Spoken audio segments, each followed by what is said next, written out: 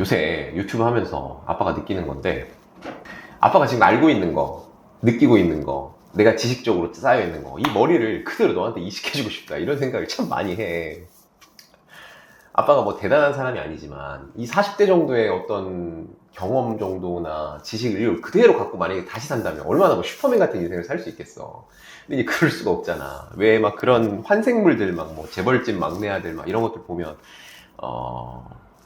뭐 타임슬랩 같은 거, 이런 소재들이 소설도 있고 영화나 드라마도 있잖아. 그런 게 약간 그런 어떤 판타지에서 나온 거겠지. 근데 이제 그게 안 되니까 사람들이 발명한 게 문자랑 책이거든.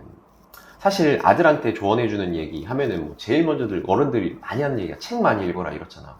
어릴 때부터 아빠도 너한테 책 많이 읽으라고 했는데, 우리가 뭐 문명 같은 게임 해봐도 거기서 이제 테크트리 중에 문자 발명하는 게 굉장한 큰 전기가 되거든. 실제로 문자가 엄청난 발명품이야. 책을 읽어서 좋은 점 뭐 말할 필요도 없고 너무너무 많은데, 이거 뭔가 문자를 읽을 때 머릿속으로 되게 장면을 상상을 하게 돼. 내가 실제로 일어난 일이 아닌데도 그걸 읽으면서 이런 장면이 아닐까? 뭐 저렇지 않을까? 그러면서 상상을 되게 많이 하게 되고, 문자로 전달할 수 있는 정보량이 너무 압도적이야. 아빠가 유튜브 못 보게 하는 이유 중에 하나도, 이제 뭐 이것도 영상 하나 만들 텐데, 문자로는 딱 3줄 요약이 되는데 이걸 10분, 20분 늘려서 만드는 영상들이 굉장히 많아. 유튜브 특성상 최대한 많이 보게 하고 오래 보게 해야 돈이 되는 시스템 때문이기도 한데, 이 정보 자체는 한 3줄이면 끝날 거는데 괜히 막 늘려가지고 뭐 AI 영상들 막 나오면서 막 뭐 그래서 뭐 무엇은 어쩌고저쩌고 제목에 이렇게 달아놓고 실제로는 알려주지도 않고, 이런 경우들 엄청 많잖아. 그냥 클릭만 유도하는 것들도 정말 정말 많은 거야. 유튜브가 뭐 더 좋은 영역도 분명히 있지. 아빠 생각으로는 뭐 100마디 말보다 실제 영상이 필요한 경우들이 있어. 아빠 기준으로 뭐 수술 영상 같은 거, 이거 실제로 보는 거랑 책이랑은 아예 달라. 스포츠나 뭐 코미디, 뭐 공연 같은 것들, 이런 문화 같은 것들, 이런 것들은 뭐 공통점이 있는데 몇 가지. 아빠 생각으로는 자막이 필요 없는 거야. 자막을 다는 영상들은 차라리 책이 낫다, 뭐 이런 생각인데, 정보를 얻는 목적은 사실 아직까지는 유튜브보다는 책이 훨씬 나은 것 같고, 뭐 양산형 AI 나오는 뭐 가십거리 정보, 뭐 이런 광고, 이런 것도 정말 최악이고, 뭐 쓸데없는 얘기가 좀 많았던 것 같은데, 근데 이건 이제 책도 마찬가지기는 해. 뭐 알맹이 거의 없이 막 글자 개수만 늘려놓는 이런 책들도 많기는 해. 근데 이제 이거를 요약해내고 바로 알아차리는, 이런 거는 사실 문해력의 문제거든. 근데 이 문해력이라는 건 책을 읽음으로써밖에 안 생겨. 요즘에 사실 문해력들이 너무 떨어진다고 하잖아. 인터넷상에다 글을 쓰게 되면 비문도 너무 많고, 이거를 똑같은 이야기인데 누군가는 이거 읽고 해석을 못 한다니까. 실제로 수능시험 너희들 보잖아. 수능시험의 90%는 사실 문해력 측정이야. 수학이나 과학도 마찬가지야. 내 아빠 생각에 과학이나 뭐 사회, 뭐 역사, 이런 어떤 탐구 영역들 몇 개 빼고는 대부분이 문해력이야. 언어 영역 당연히 문해. 수학도 그 질문을 읽고 그거 해석하는 능력이 사실 대부분이라고 생각하거든.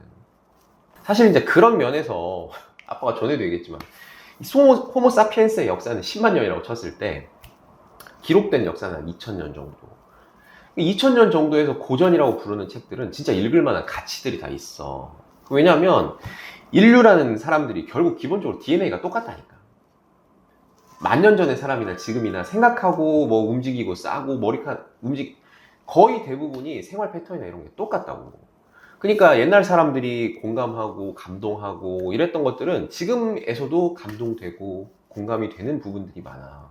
그런 것들을 책을 읽으면서 채훈이가 간접 체험을 해볼 수 있고, 2000년 전 사람들이랑 2000년 사람들이 같이 살아온 느낌을 너도 느낄 수 있어.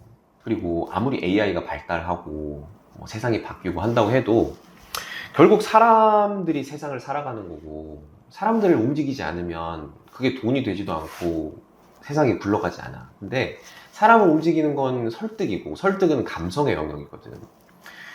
AI가 따르지 못하는 유일한 분야라고 아빠도 생각을 해. AI가 못 따라올 만한 게 그런 게 아닐까. 상식적으로 이렇게 하면 안 되는 건데 이런 선택들을 하는데 사람들이 감동하는 뭐 이런 영역들 있잖아. 사실 감동이라는 거는 설득할 수 있는, 뭐 논리적으로 설명되는 영역은 아니거든. 이제 그런 맥락에서 역사 같은 것도 되게 재밌고 채윤이도 많이 관심을 가지면 좋겠다 이런 생각이 좀 들어. 역사 속 인물들은 왜 이런 선택들을 했을까? 이런 선택을 한 맥락이 어땠을까? 그때 이런 선택을 할 수밖에 없었을까? 그렇게 했을 때 역사가 어떻게 흘러갔는가? 뭐 얘기가 좀 길었는데 아무튼 역사 책임에서 재미있는 책 이런 거 아빠가 생각해봤는데 첫 번째 떠오른 게 삼국지야. 결국 삼국지 읽어라 이런 얘기 하려고 지금 길게 얘기를 하는 건데 삼국지 얘기 끝도 없어. 사실 뭐 아빠가 읽어본 책 중에 제일 재밌는 책 뭐 이런 꼽으라면 뭐 1번이 삼국지는 아니긴 한데 삼국지는 어쨌든 실제 일어난 역사인데 그걸 가지고 이제 작가가 양념을 친 소설이지. 삼국지연이라고 해서. 근데 이제 이걸 여러 번 읽을 때마다 생각이 바뀌는 대표적인 책 중에 하나야. 뭐 어린 왕자 같은 책이야. 뭐 삼국지 3번 읽은 사람이랑 대화하지 마라. 뭐 이런 얘기도 있잖아. 실제로 읽으면서 네가 느끼는 거 10대 때, 20대 때, 30대 때, 아빠 나이가 됐을 때 느끼는 게 또 다른데 뭐 거기서 그냥 하나만 아빠가 얘기를 해주자면 삼국지에 사실 이제 주인공급인 인물 중에 관우라는 장군이 있지. 관우 얘기인데 오늘은 삼국지에서 유일하게 신이 된 남자, 뭐 긴수염의 압도적인 무력, 뭐 충성심과 의리의 화신. 뭐 어릴 때는 막 멋있게만 봤었는데 사실 뭐 관우도 잘못된 선택들을 하기도 하고 뭐 나중에는 송건에게 져가지고 뭐 처형당해서 죽지. 뭐 신이라고 불리기에는 너무 좀 허망하게 죽지 않나 뭐 이런 생각도 드는데 이 나이 들고 보니까 왜 관우만 이렇게 신이 돼서 숭배를 받고 이러는지 알 것도 같아. 그러니까 이제 아빠가 40살이 돼서 느끼는 관우에 대한 생각은 이런 거야. 일단 자기관리 끝판왕이야. 관우가 40살이 돼서 알량을 1대1로 배웠다고 나오지.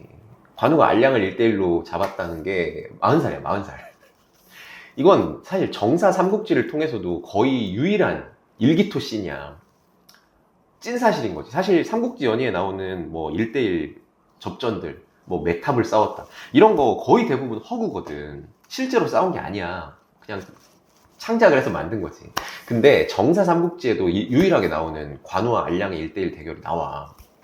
인터넷에서 관우 나이를 검색해보면 160년 정도가 예상이 된다 그래. 근데 관도대전이 200년이거든. 뭐 그 당시에 평균 수명 생각해봤을 때 40살이면 거의 할배 아닌가 생각이 들고 사실 지금도 아빠 나이잖아. 40살.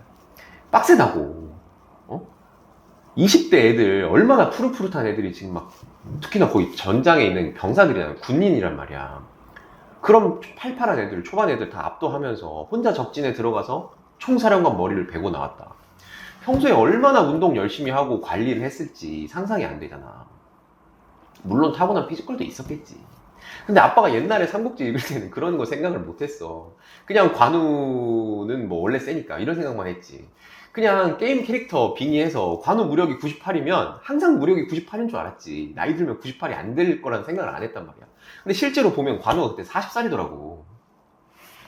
그리고 뭐 조조가 관우를 얻으려고 뭐 온갖 세상에 좋다는 건 다 해주잖아. 집 사주고 뭐 미녀 수십 명에 뭐 매일 연회 뭐 적토마까지 사주는데 아무것도 없는 유비한테 가잖아. 사실 당시에 조조가 뭐 중국 전체에서 물론 뭐 원소가 있었기 때문에 1등까지는 아닌데 2인자급은 충분히 됐다고 생각하거든. 대기업이란 말이야. 초거대 기업. 근데 뭐 유비는 뭐 중소기업 수준도 안 됐지. 사실 뭐 오늘날로 치면은 저기 뭐 맨하탄에 뭐 펜트하우스 사주고 매일 선상 파티 열어주고 전용기 사주고 이러면서 뭐 구글이나 애플에서 스카웃을 하는데 한국에 있는 저 뭐 중소기업도 아니야. 뭐 당시에 유비가 뭐 땅이 있었나? 그냥 근데 유비랑 약속했고 그 사람이랑 충성하기로 했으니까 가겠다는 거야. 그러니까 사람들이 감동을 하고 관우를 신으로 모시는 거야. 일반적인 사람으로서는 할 수 없는 선택들을 하고 실제로 했고 자기가 옳았음을 증명했거든. 우리나라도 있잖아. 동묘. 동묘가 관우 사당이야. 동묘압이 뭐 짝퉁시계 파는 데가 아니라 관우 사당이야. 아무튼 뭐 이런 거 말고도 뭐 유비라는 인물도 뭐 제갈량도 사마이도 뭐 얘기할 만한 건 너무나 많은데 얘기하면서 보니까 뭐 삼국지 인물 특집 같은 거 해도 재밌을 것 같긴 한데 이게 이제 10대 때 느끼는 거랑 아빠 나이 때 느끼는 거랑 정말 다르거든. 읽을 때마다 느끼는 게 달라질 만한 역사의 고전이라는 삼국지 같은 거 채용도 한번 읽어봤으면 좋겠어. 그냥 재밌어 삼국지는. 그리고 어떤 무협소설 같은 거에 원조 같은 느낌까지 있어. 이런 기본 틀 같은 것도 삼국지에서 짜여진 게 아닌가 이런 생각 좀 들 정도로. 채용이도 한번 읽어보고 아빠 같은 뭐 이런 생각도 할 수 있겠구나 뭐 이런 생각 해보는 날이 오면 좋겠다.